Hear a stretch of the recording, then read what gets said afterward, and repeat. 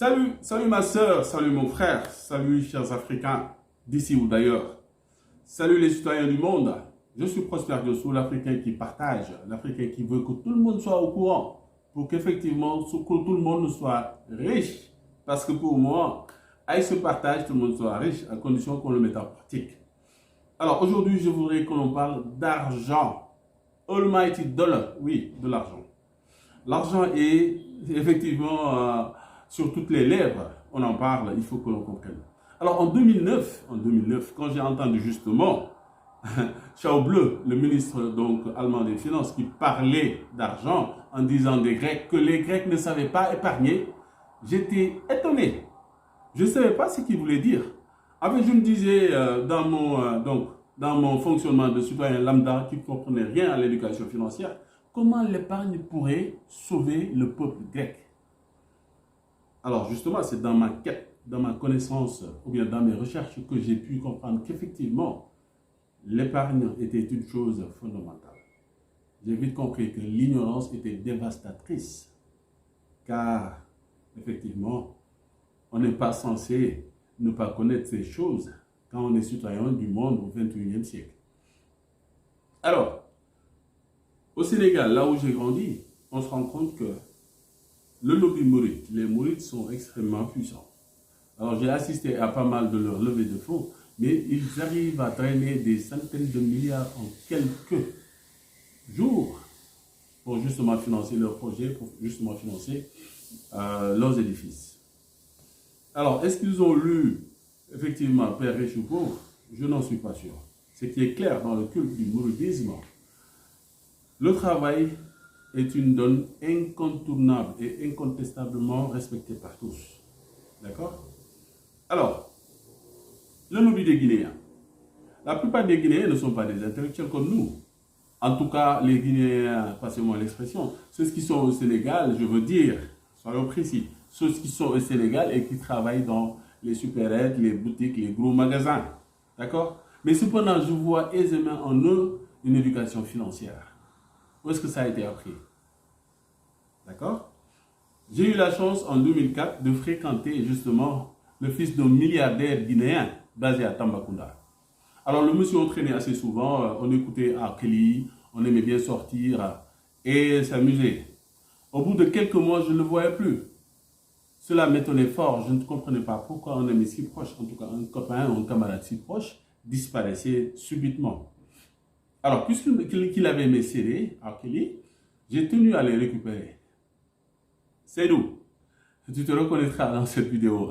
Je te salue au passage, Seydou. Alors, je m'en vais chez lui, je dis, mais où est-ce qu'il est, Seydou? Moi, je veux le voir. On me dit, Seydou, il est sorti une première fois. Alors, je tenais sincèrement à récupérer mon CD. Je suis retourné, j'ai dit, mais Seydou, je veux le voir. Quitte à, franchement, me débrouiller pour qu'il me rende mon CD. Alors, pour cette deuxième fois, on me fit que, oui, on l'avait marié. J'en revenais pas, je ne comprenais pas, en fait. Mais justement, en Afrique, on mariait quelqu'un, que tu sois un homme ou une femme. Quand on te marie dans certaines cultures, c'est pour te responsabiliser.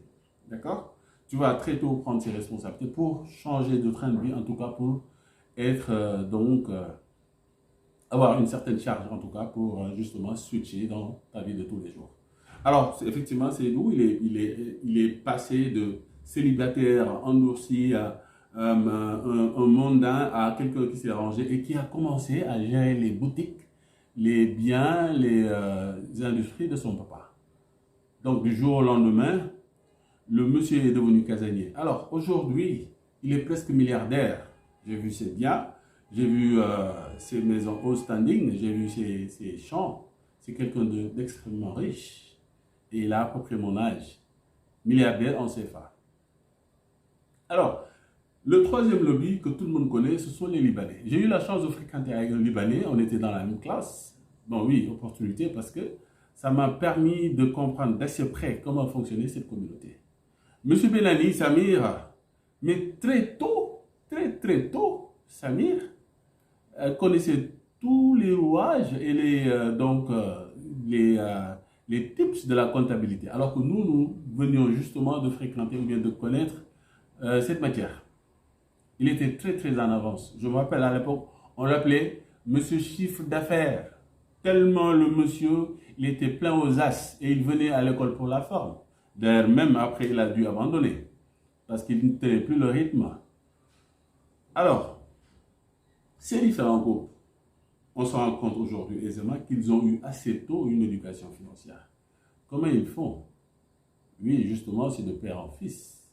D'accord? C'est de génération en génération, parce que les caisses à ces gens-là n'ont pas lu Père riche et pauvre, hein, Père riche, Père pauvre, de Kiyosaki. Ou bien, en tout cas, ils n'ont pas fait les grandes écoles américaines pour comprendre c'était quoi la liberté financière. Donc, toi, tu peux être libre financièrement. Ça dépend maintenant de là où tu te situes.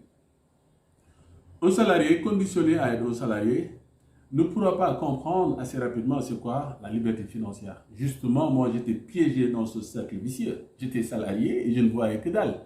Je voyais un salaire que je dépensais en fringues ou bien en paiement pour une maison que tu vas payer 20 ans, 25 ans. D'accord?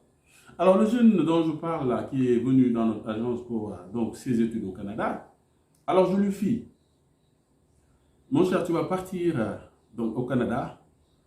Aujourd'hui, tu auras une chance que je n'ai pas eue. Parce qu'effectivement, mon papa ne m'a jamais parlé d'éducation financière, à part quelques vicissitudes ou bien en tout cas quelques techniques dans ses tâches de tous les jours, parce que mon papa également était entrepreneur, plus ou moins à succès. Alors, jeune homme, je vais te dire aujourd'hui des choses que moi j'ai appris par moi-même. En un, tu seras bientôt au Canada, tu seras étudiant. Commence à épargner. En deux, tu vas avoir un temps libre. Dans ce temps libre, et un job d'étudiant, durant tes grandes vacances, quand tu as beaucoup plus de jours, travaille un peu plus pour encore pouvoir beaucoup plus épargner. En trois, ne change pas ton niveau de vie parce qu'effectivement, tu vas commencer à travailler. Quand tu commenceras à travailler, continue à conserver ce même niveau de vie que tu avais, 5 ans, 10 ans. En tout cas, fais ce que te dicte ton intelligence.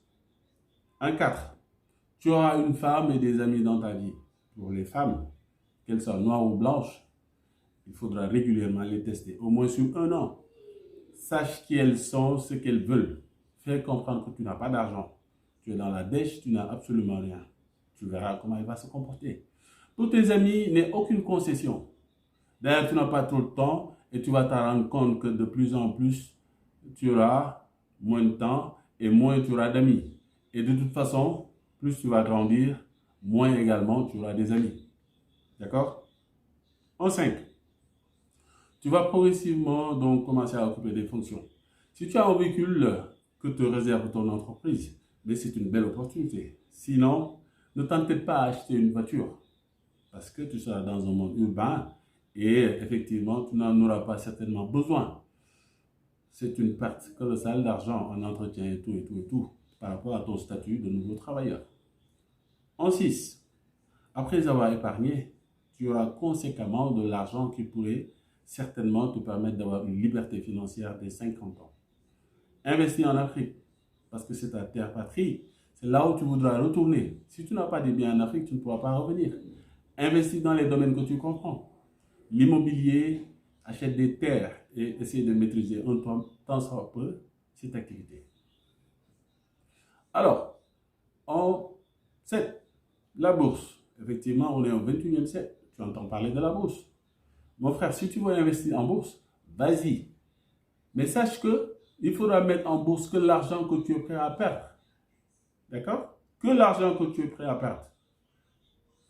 Et en 8, mais mon ami, regarde, il te faut absolument des entreprises dans ton domaine de prédilection. Oui, il faudra des entreprises. Crée des entreprises, travaille 10 ou 15 ans, peut-être même 20 ans dans l'entreprise et confie-les à tes fils, à tes filles ou bien à un directeur très compétent. Là, tu pourras dire, basta, je vais voyager, alors je suis tranquille, tu auras ta liberté financière. Aujourd'hui, je n'ai pas eu la chance d'avoir ces propos. Aujourd'hui, je t'en parle. Alors, toi qui m'écoutes, toi qui bénéficies de ces conseils, certainement tu as déjà lu Kiyosaki, ou bien pas du tout, parce que tu n'en sais absolument rien. Tu n'as pas une éducation financière. Personne n'est formé à avoir une éducation financière. En tout cas, pas à l'école. Mais si vous vous rendez compte, les Mourites, les Guinéens et les Libanais, certainement l'ont connu très, très, très tôt. Parce qu'avant, je ne pouvais pas m'expliquer pourquoi les Libanais, après le bac, ils quittaient l'école. Des fois même bien avant le bac. Pourquoi les Guinéens, particulièrement, ils n'allaient pratiquement pas à l'école. Pourquoi effectivement les Mourites ne fréquentaient pas l'école française, mais plutôt les préceptes de Cheikh Ahmadou Bamba. Alors, c'est ce que je voudrais partager avec toi aujourd'hui, très sincèrement, qu'il faut avoir une éducation financière. Il faut y aller crescendo. Vas-y à ton niveau, mais sache que tu n'as pas droit à l'erreur, sinon tu vas perdre du temps comme moi. En 2009, j'avais suffisamment drainé, ou bien j'ai pu faire passer beaucoup d'argent, des centaines de millions en CFA par ma main. Je n'ai pas pu les gérer. Parce que ce qui m'intéressait, c'était les mondanités, c'était les belles caisses, c'était les voyages par-ci par-là, c'était les week-ends bien arrosés. Chers amis, c'est ce que je voulais partager avec vous aujourd'hui. Et je vous souhaite sincèrement de passer une agréable fin de soirée. N'oublie pas, dis-moi en commentaire ce que tu penses d'un train de vie. C'est quoi le train de vie d'un bon salarié? C'est quoi le train de vie d'un bon entrepreneur? Est-ce que tu penses que tu as une bonne éducation financière? Si tu ne l'as pas, qu'est-ce que tu attends pour avoir une bonne éducation financière? Si tu veux une éducation financière, qu'est-ce que tu feras effectivement pour avoir cette éducation financière? Peace, ciao, à bientôt.